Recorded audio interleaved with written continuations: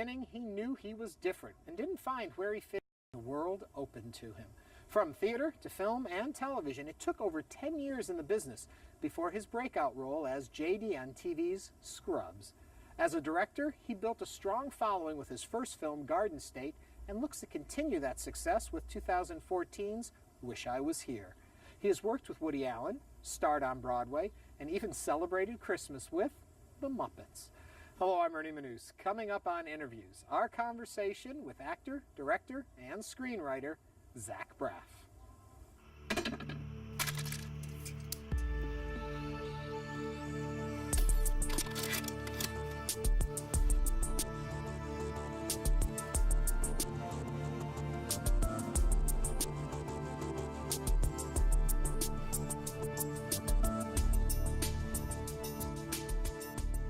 So when this is all said and done, what do you want to be known as? A funny storyteller who entertained people. Yeah. A guy who told a good story. So storytelling is the principle of your career. It's the center point, would you say? I think so. I think, I do lots of different things, and ultimately it comes down to loving to tell a good story. And you can do that in a play, you can do that in a movie, you can do it in a TV show, you can do it with your friends, you can do it at a Q&A after a screening. That's what you do on talk shows. It's about telling a good story, and hopefully that story sometimes will make you laugh, and hopefully sometimes that story will make you feel moved and reflect on your own life. The art that I like to watch does that for me. Yeah. It sometimes makes me crack up, and sometimes it makes my eyes well. Sometimes it makes me hold my heart and go, oh my God, I want to call a certain person, and my parent or whomever.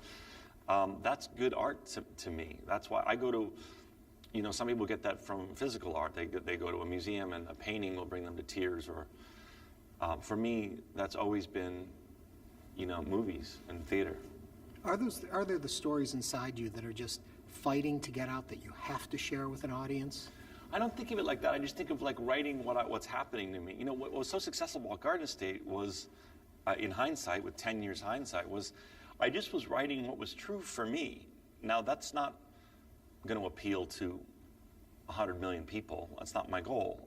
I'm not trying to make a blockbuster. But if I tell a story that's pertinent to my life, there is a section of the population that can relate. They're not, my character in this film is an aspiring actor. They're not aspiring actors, but they have a dream. They have something they're aspiring to, just like every single human being does. So they can relate to that. How do they continue to search for and try and achieve those goals while making sure they don't neglect their family and take care of their kids? They can relate to that. You can pick anyone you want. Anyone? Anyone. Just as long as it's unique and amazing, like you. So I try and find the things that I'm dealing with in my life, or my friends, or in this case, since I co-wrote it with my brother, that we're talking about and dealing with, the things that make us laugh, the things that make us cry, the things that hurt our heart. And we write about that, and we hope that there's enough people out there that can relate in the way that it seemed to work so well when we did the exact same thing with Garden State. When you write about that, though, are you thinking to yourself, even though this is about an actor, how do I make it apply to other people, or do you get as true as you can to the experience of an actor and hope that automatically applies? I think the themes are universal. I think, look at Big Fat Greek Wedding as just the first example that comes to my mind. That movie was a giant success, a fun romantic comedy, but a giant success, but about the Greek community. Now, I'm not Greek. The movie wouldn't have been so successful if only Greek people saw it. But people go, oh, I can relate to that. I go, that's not my family, but oh my God, I have people in my family like that. So I just write what I know and what makes me laugh. I think it was Bill Cosby said it as simply as possible, is if it makes you laugh, it's funny. And so I try and put scenarios that make me laugh in the film. I put scenarios that break my heart in the film. So I try and tell a story that is true to me, but hopefully will be relatable to other people. Yeah. Okay, then take me all the way back. When you started on this journey of this career, yeah. Was it to tell a story? What made you want to get into this profession? I just loved making people laugh. I think it started, one of my earliest memories was we had an assignment in 5th grade to write a story and then read it in front of the class. And I was already a class clown. I wasn't interested in sports ever, so I was making friends by being silly. I just always was. And I remember I read my story in front of the class, and I had written the kids in the class into the story. And it was comedic. And I remember them all cracking up and just loving it and thinking, wow, I like this feeling. I like making this room full of people laugh with something I created. And that was the jumping off point. So how soon into that did you realize acting could give you that? Not till I went to a theater camp. My father did community theater, and I would go see everything, and movies and theater. We lived out in Jersey, so we could go see theater in New York. And my dad found this theater camp for me, and all of a sudden, I auditioned like all the other kids, and I was getting the leads. And it was like all of a sudden I was the quarterback of the football team that I couldn't even get on in the public school system. But in this bizarre utopia, I was the cool quarterback. And all of a sudden there was a world where kids were singing and dancing and doing comedy and learning stage combat and learning video production, and it was heaven for me. I'd found my place. Did you come alive? I did. I joked that I was like Simba when they raise him up in The Lion King. I felt like I'd found my place. There's a song by a band I like called Jump Little Children called There Is a Place for Me, and I felt like, oh, there's a place for me. Yeah. Was it hard then to get your family, your structure behind you to say, okay, follow that dream, do it? No, because my father, like I said, he's the reason I got into it. He loved community theater. He did it as a hobby. He loved Broadway. He'd bring us in to see the shows. He's a trial attorney, so that was how he, supported us. But the theater and film were his favorite things. Yeah. I remember, we'd send him to the video store saying we wanted to see, some kids movie for the 100th time, and he'd come back with like Blazing Saddles or some other Mel Brooks movie or something that was not what we would have ever chosen, but he was trying to broaden our horizons to more classical comedies, or he'd bring back Woody Allen movies, or films that we would never have chosen, but were comedies he liked, and that really. Bedtime for Bonzo, the Reagan movie he brought home once. I remember my sister and I were like, we were so furious, but it wasn't like today where you could watch 1,000 things. We had to sit there and watch Bedtime for Bonzo, and Ronald Reagan and a monkey. But that was my dad. He insisted that we broaden our horizons. I would assume your relationship with your father was more challenged because of the films you've made. Is that a right assumption or not? I think that my father is my biggest champion, but like all parents, he can and has driven me crazy. But I love him more than anything. I mean, he saw this movie at Sundance and cried like a baby. I think one of the catalysts was my terror, my fear of losing him one day, and he's 79 years old, but yeah, our relationship has been hard at times. My parents were divorced when I was 8, but to my father's credit, he wanted joint custody, and not just every other weekend and every other month. He wanted a week and a week. So all of a sudden, my sister and I were in a situation where we were getting to know my father without my mother around, as the sole parent. He was getting his sea legs, we were getting our sea legs, and it was a very impactful time of my life. And I think that it informed both films I've made now. I read somewhere for Thanksgiving you get all of your parents and all the kids. Well, now we all get together, believe it or not. People think it's funny, but my family is so, talk about Modern Family, the TV show. My family is so intermingled that my father and stepmother will go out for drinks and dinner with my stepsister on the other side, my mom's stepdaughter. I mean, it's so many years ago. We're all friends. We all have Thanksgiving together. It's pretty good. How important is family to you? Everything. I think that's what the film is about. It's ultimately, I think, all we have. We have the people that we love. I think on our deathbeds, you'll think about the great memories of your life, and most of them will be related to the people you've loved in your life. Yeah. Not necessarily your achievements, not necessarily what worked and didn't work, but who you've loved. And for me, that's first and foremost my family. Yeah. Taking you back again, talking about early in your career, working with Woody Allen. Yeah.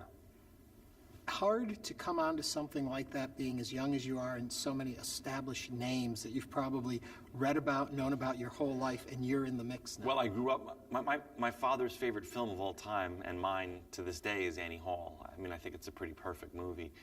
And there I was, my first movie, and he hired me to be his son. So I was on set with Woody Allen, Diane Keaton, and Angelica Houston. It's my first SAG role. I think if you watch the scene now, when I do, I laugh. I look like an 18-year-old who's terrified out of his mind and doesn't, because they're all improvising and making it up as they go along, and I'm just like trying to find the spot where I think my lines are supposed to go. But it was thrilling, and it gave me early confidence, because, you know, to have Woody Allen give me my first, you know, movie role was really exciting, and now, you know, this many years later, to have him cast me in his first Broadway musical is thrilling. That's what I'm doing on Broadway, and you know, he's one of my heroes. To have him keep hiring me makes me feel good. But how do you go to work on that early film, knowing that these are champions of the field? These are the names. Yeah. I would think I would get so intimidated I wouldn't be able to work. And I think there's got to be something in you that can separate that out. You know, I got better at it. At 18, I frankly think I was terrified. I did the best I could, but I was terrified. Yeah. Now I realize that this many years later, like, this is, when this is in a movie theater, no one's going to think about, was Zack nervous to direct Mandy Patinkin? They're going to be thinking, how good was Zack? How good was Mandy Patinkin? So you got to suck it up and get rid of that nonsense, because you just, you know, it's too important. And so, yeah, I think you got to give up fear and rise to the occasion, and not allow yourself to be intimidated. You know, when I direct people, like whether it be Ian Holm or Natalie Portman or Kate Hudson, it doesn't do any of us a service if I'm intimidated by them, or I'm a yes man, or, oh, Kate, you're so good. You know, you got to be a solid director and help her shape her performance, because that's what she wants and that's what you want. Having your career as an actor, does then that help you direct actors when they can look at you and say, we know he can act also? Yeah, and also I think an actor-director knows what type of environment to create on set.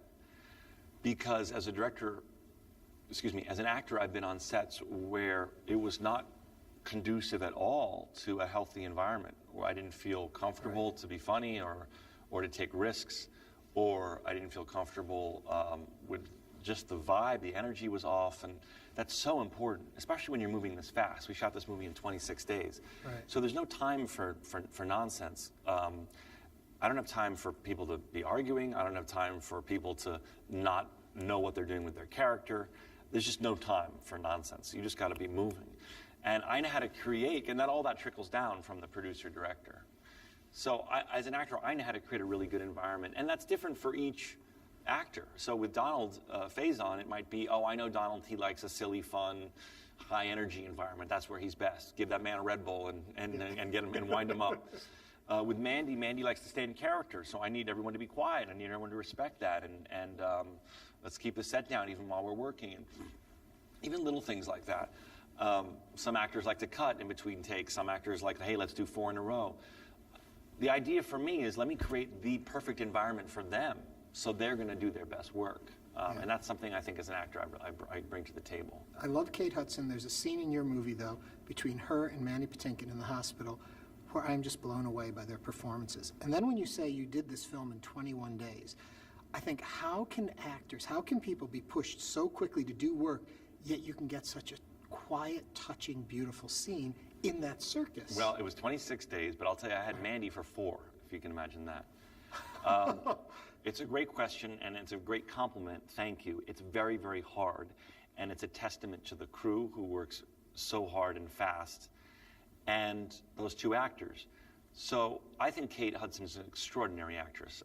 You know, most people know her from her romantic comedies because she's very funny and very pretty, and those do very, very well at the box office. But when I saw Almost Famous, I was just taken aback. I was like, a girl that looks like that can act like that? God doesn't do that too much. And so in my mind, I always was thinking, I want to get her back to one of these meaty roles where she can really show the depth of her talent. And then put her in a scene with Mandy Patinkin, and we struck magic. I agree with you. I think that's one of the most powerful scenes in the movie, and it's really set up well in that it's almost like the film up to then is this chess match that's being built, and then you know the one side and the other side, and then you finally put two of them in the room together and watch them play. And I love how in that scene, who's controlling the board shifts a couple times, and. I think they both just did a masterful job, and it shows that it's a testament to how talented they both are. And I think a lot of people miss the fact when somebody does a quiet moment well. As an actor, it's so much harder, I would think, than these big bombastic roles that people often get recognized for. But when you're forced to play a real person in a real situation, you can't use all the tricks and the craziness. It has to just be genuine. I couldn't agree with you more. My favorite movies are often two people sitting there in a quiet room with great dialogue. That's fascinating to me because there's nothing else. There's nothing showy. There's no fancy cinematography. There's no fancy anything. It's just two people who are great actors sitting there, hopefully with good writing. That's what I like. Are we losing that, though, in today's cinemascape?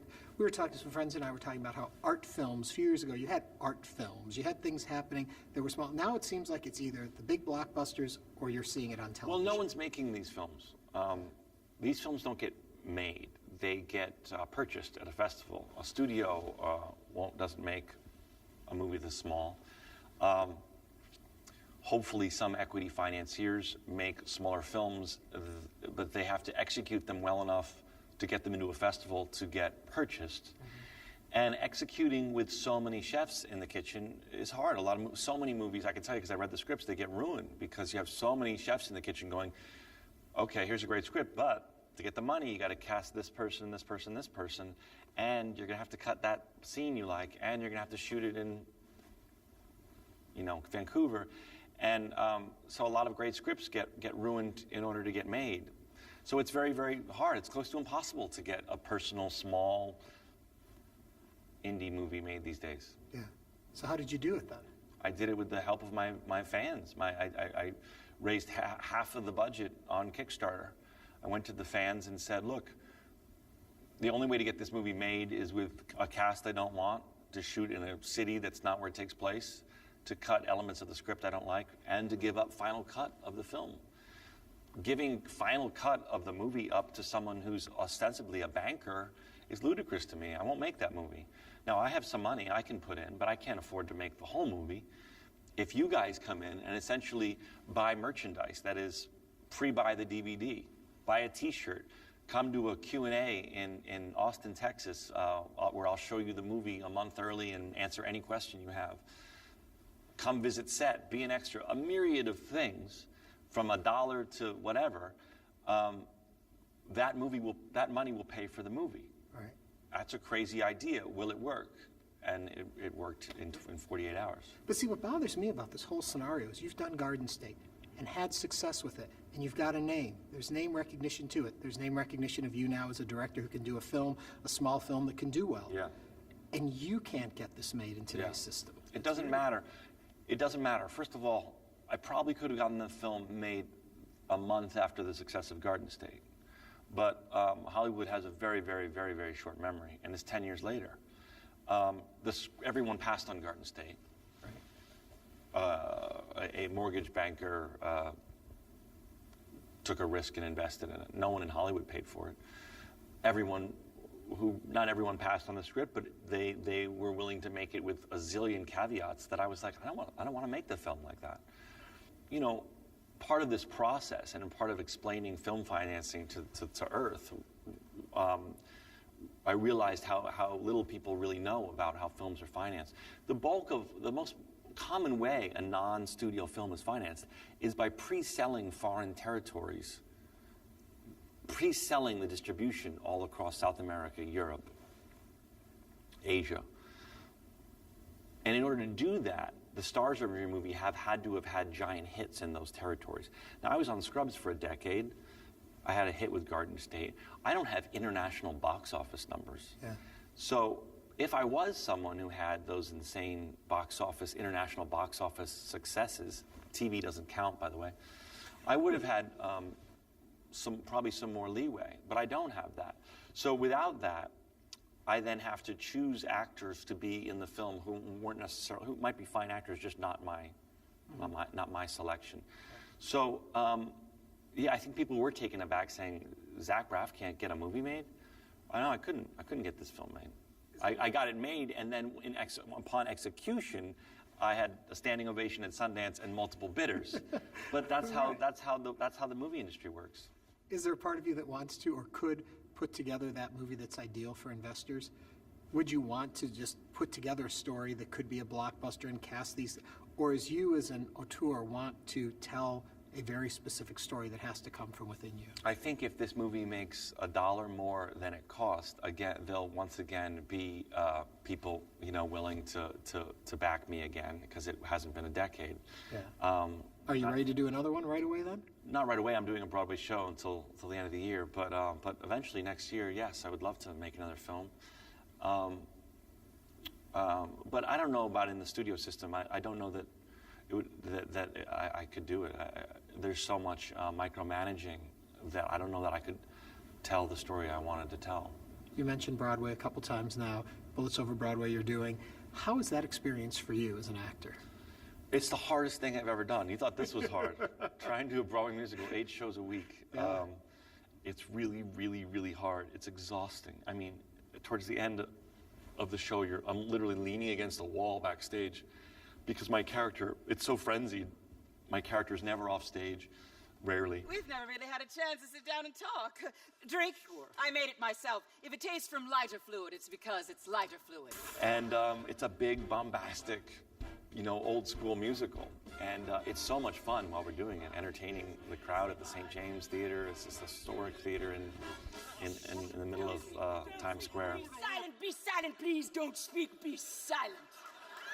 It's a lot of hard work, and it shifts your whole lifestyle because you essentially become like Creatures of the night. It's almost like you work in a nightclub. Your whole lifestyle changes. You work late, you sleep late. It's hard to stay in contact with friends because you're so busy. But I love it. I'm working with Woody Allen again and Susan Stroman, who's the best Broadway director there is, and I sing every night with a 20-piece orchestra. It's amazing. Do you find as an actor it's different growing the character on stage, doing the same character night after night for the run of the show, as opposed to doing something like Scrubs, where you're playing the same character, but it's new material over a long period of time? Do you approach the growth and development of that character differently? Well, you have to change it up and grow because otherwise you'll go insane. Right. So you can't make big changes because, it's all timed out. There's a moving set, there's moving lights, you have other actors. But you can change your attack on different lines, which is interesting. Because, sometimes you'll go, I've done that joke 5,000 times, and I just had an idea of how to do it a different way. So you can kind of play with that. And that's a really interesting experience as an actor. I don't know that I'll ever be in a show for a year again, a theater show for a year.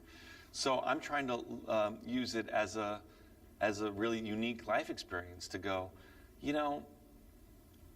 I'm gonna try a different attack on that line tonight. I don't want to mess up my fellow actor. Sometimes I'll even say to my fellow actor, like, "Hey, don't get freaked out. On that one line, I'm gonna try it a totally different way tonight."